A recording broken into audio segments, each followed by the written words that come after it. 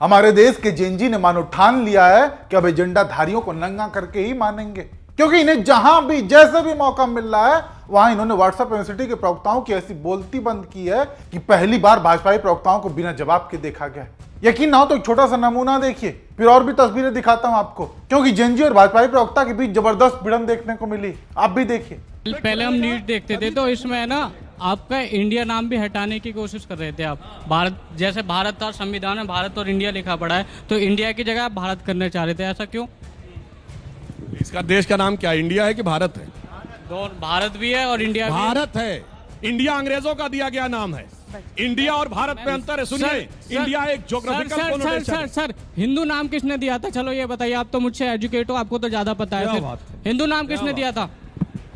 देखा आपने, शुरू में तो प्रवक्ता महोदय इंडिया भारत पर अंग्रेजों की बात करने लगे, लेकिन वहीं जब पलटकर युवा ने यह सवाल पूछ दिया कि फिर हिंदू किसने दिया, तो फिर मुंडी नीचे हो गई महोदय की। कुछ देर के लिए तो सन्न रह गए थे, मानो क्या हो गया हो।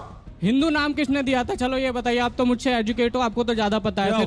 हिंदू नाम किसने दिया था? देखा आपने, हालांकि ये तो शुरुआत भर थी, क्योंकि इससे भी आगे वाली चीजें देखने को मिली है। एक पढ़े लिखे जेनजी ने तो ऐसी तगड़ी क्लास लगाई है, वो भी इसी प्रवक्ता महोदय की, कि फिर पूछिए मत। पूरे आंकड़ों और एक एक बयान के साथ पहुंचा था वो युवा, और उसी का हवाला देते हुए बीजेपी प्रवक्ता की बोलती बंद कर दी, और साथ ही अंत में एक नसीहत भी दे डाली। सर, मेरा सवाल भी आप ही से, बीजेपी के जो प्रवक्ता हैं। सर, इसी साल विज्ञान भवन के परिसर में एक सेमिनार का आयोजन होता है। उसमें देश के प्रधानमंत्री ब्यूरोक्रेट्स को संबोधित करके ये कहते हैं कि इस देश में जो टैक्स पेयर का जितना पैसा रेवेन्यू के तौर पर आ रहा है उस पर नजर रखनी चाहिए, और उस पर ये कहते हैं, कोट अनकोट मैं कर रहा हूँ, कि इस देश का टैक्स पेयर का पैसा इस देश के राजनीतिक दल के प्रचार प्रसार पे खर्च नहीं होना चाहिए। आजादी के बाद ये देश के ऐसे पहले प्रधानमंत्री जिन पे आज के दौर में सबसे ज्यादा खर्च किया जा रहा है, सबसे ज्यादा चकाचौंध है, सबसे ज्यादा विदेशी दौरा कर रहे हैं। आप ही का सरकारी डेटा ये कह रहा है कि देश के प्रधानमंत्री का जो अभी 21 तोपों की सलामी का एक विज्ञापन चल रहा, उन पे हर मिनट 4,231 रुपए खर्च हो रहा। ये कैसी राजनीति है कि सर, एक तरफ आप ये कहते हैं कि देश के प्रधानमंत्री ये कहते हैं कि ब्यूरोक्रेट्स का पैसा राजनीतिक दल के लिए यूज नहीं होना चाहिए, और एक तरफ आप अपने प्रचार के लिए कर रहे हैं। सर, एक चीज और स्लाइड करना चाहूंगा। याद रखिए, आज आपके पास सत्ता है, सत्ता के दुरुपयोग मत कीजिए, लेकिन याद रखिए कि जब शतरंज का खेल समाप्त होता है तो वो बादशाह हो या प्यादे हो, एक ही डब्बे में बंद कर दिया जाए। देखा आपने, प्रवक्ता महोदय एक टक सन्न रह गए, देखते रह गए, मुंह खुला नहीं, क्योंकि सामने से युवा ने सवाल ही कुछ ऐसे किए थे। और यही होता है जब दमदार और तथ्यों पर आधारित हो सवाल, तो फिर एजेंडाधारियों को सरेंडर करना ही पड़ता है। फिर इसी कड़ी में कुछ और जेनजी ने अपने तीखे सवालों से गोदी एंकर्स के साथ साथ सत्ता पक्ष के प्रवक्ताओं की भी बोलती बंद कर दी। आप भी देखिए। मेरा मानना ये है कि हमें बोल्ड एक्शन लेने चाहिए, हाँ, ना कि पपेट बनना चाहिए। आपका? सेम यही मानना है मेरा भी, क्योंकि अगर आप किसी का पपेट बन के रहेंगे तो इट्स नॉट इजी। एंड हम किसका पपेट बन रहे हैं? लाइक हम ट्रम्प के पपेट बन रहे हैं, हम उसकी सारी चीजें मान रहे हैं। It's not easy for us. जैसे सारी चीजें क्या? जैसे कि सर मैम, उन्होंने उनके जो ट्रेड वॉर हुआ था उसमें उन्होंने टैरिफ के मामले में हम लोग ने उनसे उनके आगे तुरंत मत्थे टेक दिया। कुछ लड़ो जानो, कुछ तो करें ना हम लोग। क्या क्या सरकार? एक बार खड़े होके बताइए। मुझे लग रहा है कि थोड़ी जानकारी होनी चाहिए बच्चों की आवाज सुन के।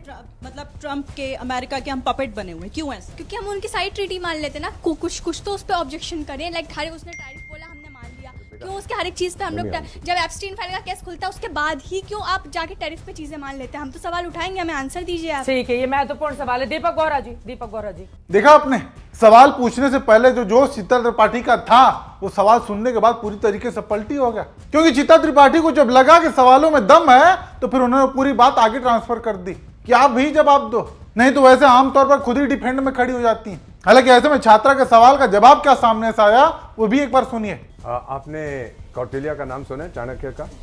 उसने कहा था अंतरराष्ट्रीय मामलों में भिड़ने से पहले दूसरे की ताकत नाप लीजिएगा। आपका क्या ख्याल है, मैं अमेरिका के सामने खड़ा हो सकता हूं? आपको ये मालूम है हम किस एरिया में कोऑपरेट तो अपनी पॉलिसी को सरेंडर भी तो नहीं कर सकते। मैंने आपको इंटरप्ट नहीं किया सर। वो बच्ची का सवाल जेन्युइन है, जवाब आप सरेंडर भी तो नहीं कर सकते। हम सुना आपने, महोदय ये कह रहे हैं कि क्या हम अमेरिका के आगे खड़े हो सकते हैं? ऐसे में तो इनसे पूछा जाना चाहिए कि फिर विश्वगुरु का ढोल क्यों पीटा गया। और रही बात अमेरिका के सामने खड़े होने की, तो इंदिरा गांधी खड़ी ही नहीं बल्कि चुनौती दे डाली थी कि अमेरिका को जितने बेड़े भेजने हैं भेजो, हम रुकेंगे नहीं। खैर, लौटते हैं अपने जेनजी के सवालों पर, जहां युवाओं ने ईरान और अमेरिका की लड़ाई पर जबरदस्त सवाल पूछे हैं, और ये दिखाता है कि हमारा युवा एक देश को लेकर कितना चिंतित है। क्वेश्चन इज कि अगर आप सबको पता है कि वॉर जो है वही सबसे बड़ी समस्या है, तो वॉर को खत्म करने के लिए आप लोगों ने क्या किया? सर मिडिल ईस्ट में लाखों भारतीय काम करते हैं, तो उनके लिए कोई इवैक्यूएशन प्लान तैयार है? जैसे 2022 में रशिया यूक्रेन वॉर के समय ऑपरेशन गंगा चलाया गया था। अभी आपने कहा कि जैसे युद्ध जो है वो थोड़े और समय तक के लिए चल सकता है, तो सर अब भारत के लिए भी इसमें समस्या उठेंगी, और वो समस्या से भारत निपटने के लिए क्या क्या अब हथकंडे अपनाएगा? जैसा कि ईरान अभी न्यूक्लियर पावर नहीं है, उसको बनने नहीं दिया जा रहा है, तो उसने मिडिल ईस्ट की पूरी फील्डिंग सेट करके रखी है। अगर उसको बनने दिया जाएगा तो फिर क्या होगा, आप बताइए। सर जो युद्ध चल रहा है जिसकी कीमत हमारी भारत की आम जनता भी चुका रही है, ये सिर्फ अपनी सुरक्षा के लिए चल रहा है या फिर शक्ति प्रदर्शन दिखाने के लिए? आपके पास कोई स्ट्रेटेजी है या सिर्फ बयानबाजी है? सिविलियंस के डेथ के लिए अकाउंटेबिलिटी कौन लेगा? इतने लोगों की डेथ हो रही है और बोल रहे हैं कि वॉर और बढ़ेगा।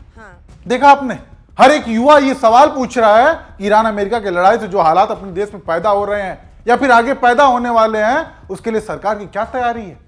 और ये सवाल इसलिए उठ रहे हैं क्योंकि देश ने एलपीजी सिलेंडर की किल्लत साफ देखी, कई राज्यों में पेट्रोल डीजल की लंबी लंबी लाइनें देखी गई, और इन्हीं दिक्कतों की वजह से कई सामानों के दाम बढ़ा दिए गए। समोसे से लेकर चाय तक होटलों पर खाने की प्लेट महंगी हो चुकी है। इन सब पर कौन बात करेगा? हालांकि इन दिक्कतों को लेकर आज देश का युवा सवाल पूछ रहा है, ये हमारे लोकतंत्र के लिए अच्छी बात है, क्योंकि केवल सांस लेना हमारे जिंदे होने के सबूत नहीं है, बल्कि गलत लगने पर सवाल पूछते रहना ही हमें एक जिम्मेदार नागरिक बनाता है। बाकी हमारे जेन जी की ये पेशकश हर हफ्ते यूं ही जारी रहेगी।